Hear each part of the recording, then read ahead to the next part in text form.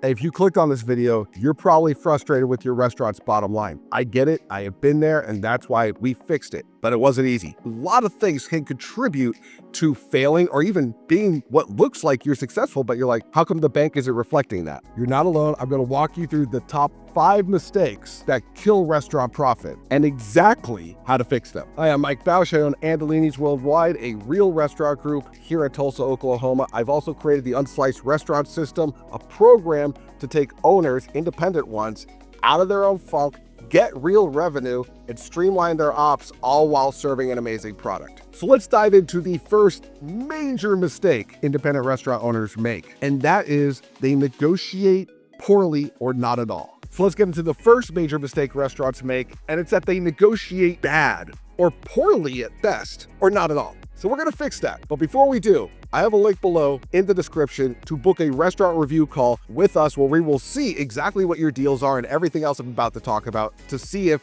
what we do can get you your money back quickly on your terms with these systems. So here's number 1, negotiating bad.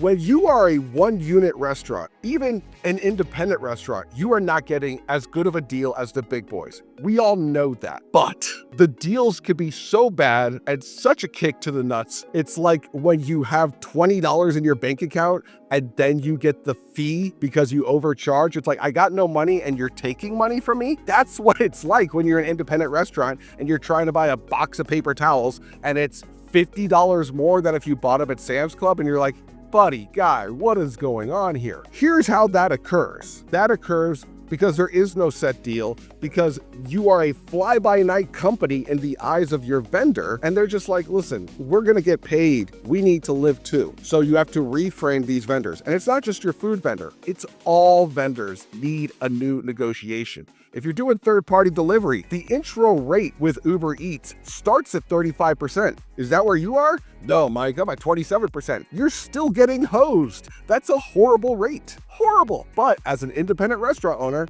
that's usually the best. Now you can negotiate one of those or maybe 2 of those. I want to show you how to negotiate all of those. The first thing you have to understand is that it's not about you, it's about them. To get it about you, you gotta make it about them being your vendor first. What are their goals? What are they looking to achieve? I need 10 new people as customers this month, or we're trying to increase revenue by this much by selling these products. Great, I'll buy that product, but I need this. So you're gonna give a little bit once you ask their goals, not like, hey, I'll give you this and this and this, but you're gonna ask your vendor, hey, what are your goals for the next quarter? Well, we're really trying to push this. Great, I might do that, but I need this to come down to this first, which might be locking in a specific rate, potentially locking in that rate for a long period of time, or whatever in that scenario your goal is. This is not just, again, for food vendors. This could even be your phone bill. Everyone wants to keep you as a customer for a long period of time. So make that a viable option, but get paid for it. And then when you get your rate from 22% down to 18%, negotiate again in 6 months, negotiate again 6 months later. Hey, I like that we're at 15% now, but I'm thinking about adding another phone into the mix. What else you got for me? Oh, we have nothing. Really? Nothing? That's the best you guys can do? What are you guys doing for corporate big company? Oh, well, they're corporate big company. We can't possibly do that deal. I sure would appreciate it if I did, and I posted some stuff on social media about everything that you guys are doing in the community. Would that move the needle at all? I mean, I could talk, I can ask, and that becomes ask strategy. You do this, and all the other things you do with your day become way less important because your goal is to make more revenue for this business, right? And only you, that's right, you, Mr. or Mrs. Owner watching this YouTube video, can do that. And if you're not doing that because I gotta work the line, I mean, come on, these jalapeno poppers aren't gonna pop themselves, you're doing it wrong. Number 2, you're spending money on marketing the wrong way, probably. So let's look at a marketing agency. 99% of marketing agencies, especially the ones who work with restaurants, look at you as their customer. And rightfully so, right? You're the one paying them. Wrong. You are not the customer. Your customer is the customer. But when they say, hey, Tom, we're going to put all your stuff out there. We're going to say, Tom makes the best burgers in all of Toluca. Tom's burgers are fantastic. Go to Tom's. That sounds like corporate garbage. And no one believes it. They're just trying to shine you up. You need to have marketing that is driven by results, that connects with people. And here's the thing. Who's going to connect with people better? You or the marketing agency? So you need strategy. You don't need them to just post and pray on your behalf. You need a strategy that connects you to people. Now, you could do that on your own. If you need a strategy for it, you can get that, especially inside what we do, but you can do this on your own and not spend the money. Mike, I don't have the extra time to do that. Neither do I. You have to creating a system for it where you do these things in a very focused manner for a small amount of time, and then it's set up for the long term is how you do it. This means direct messaging customers rather than spending $2,000 on an ad that hopefully 10 people see, because you could directly talk to 20 people for money and get much further. This means connection is your best friend. Marketing via a pay-to-play agency with no curated strategy, with no brand awareness for who you are, what you're about, and what connection you're trying to make to your ideal client is pissing away money. You can't add gas to a fire if there's no fire. You're just pouring gas on wood that has yet to be ignited. So you have to ignite a fire first before you even remotely consider ad spend or spending money with an agency. That starts with you. It might sound overwhelming. It's totally doable. You just have to believe that you're selling something that is awesome and you can't wait for people to try it with you. If you know that in your heart, the marketing is going to be stupid easy when you do it right. The first marketing I want you to do is a dedicated photo shoot of you and your food with a message that is very concise, that's on your website and delivered on your email list to all the people that know you as of today. That says, here's me, here's what I stand for, here's how much I care about this community, here's how much effort we put into this food, and I can't wait to see you. Do that and see how much further that goes than just a photo of a food, discount today, photo of a food, here's a promo.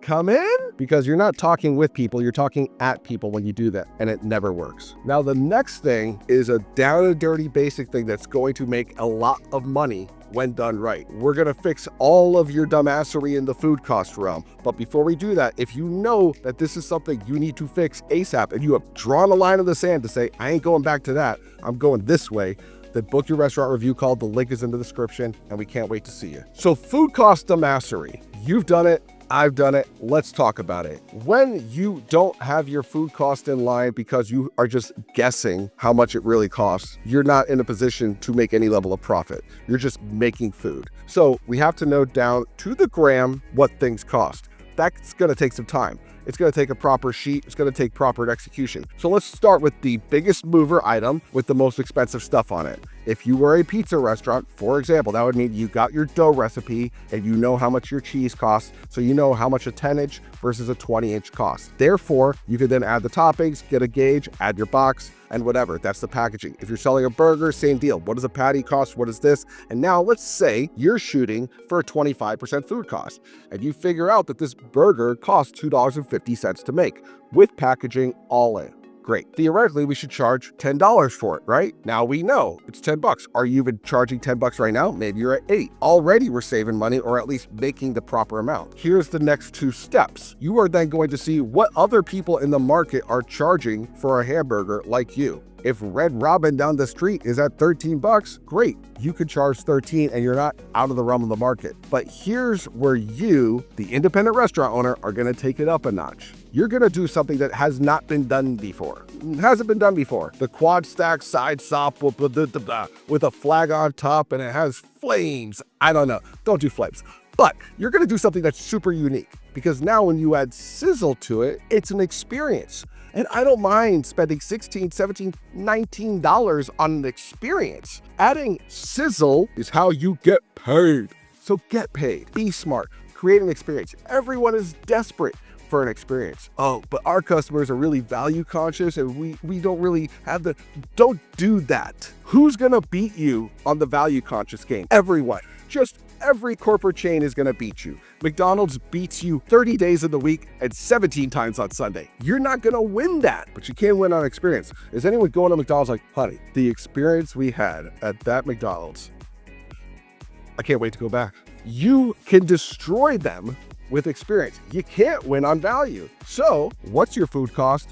what's comparable, and then when we add experience to it, what can we get for it? Which means you talk to your customer, explain what you're doing, not just one-to-one, but in your branding, in your social, in your marketing, and everywhere in between, to make them feel pride in buying this from you. On the food-ass dumbassery portion, don't have a menu that's so insanely large that no one could enjoy it or trust you to actually do it right. Maybe everything's perfect on your 600-item menu. It's not. Let's get that thing down. The first thing you're gonna do is go section by section, and if it has less than 10%, you're removing it. So if you have 12 appetizers and a few of them have less than 8% purchased, get rid of it. It's an easy metric. This means you have a product mix or P-mix report that you look at often. If you don't, you should start doing that. And pricing your menu, again, on profitability, not fear. You do that, you will have profit. And when you question, I can't take the price up on that, no one's gonna buy it, just try. 50 told me, go ahead, switch the style up. And if they hate, then let them hate and watch that money pile up. The next thing so many restaurants are doing wrong is scheduling without empathy, aggressively, and like a dumbass. So when you say that's a schedule, that's how many people we need? No, it's not. You could cross-train, you could figure it out. Have you timed every task on your line? How much time it takes to prep every item? How fast a morning prep could go? When you know the fastest it could be, now you could train staff to get to that level with you. Same thing for a rush. If you can get this finite amount of time locked, now you're good.